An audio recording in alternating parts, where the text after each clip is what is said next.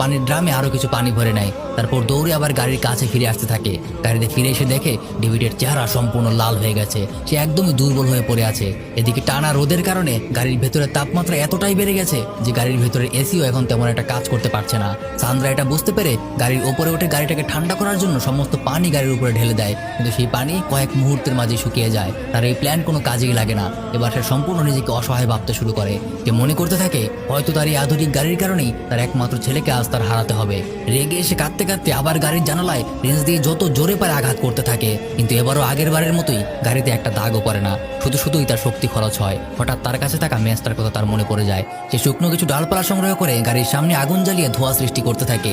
সে ভাবে ধোঁয়া গাড়ির ভেতরে প্রবেশ করলে গাড়ির আর্টিফিশিয়াল ইন্টেলিজেন্স এটাকে বিপদ মনে করে হয়তো গাড়ির দরজা খুলে দেবে, কিন্তু এতে উল্টো গাড়ির এসিটাই বন্ধ হয়ে যায়। গাড়ির ভেতরে আবার তাপমাত্রা বাড়তে শুরু করে। সান্দ্রা হতাশ হয়ে মাটিতে শুয়ে পড়ে। তার চোখের সামনে ভাসতে থাকে কার্ল আর তার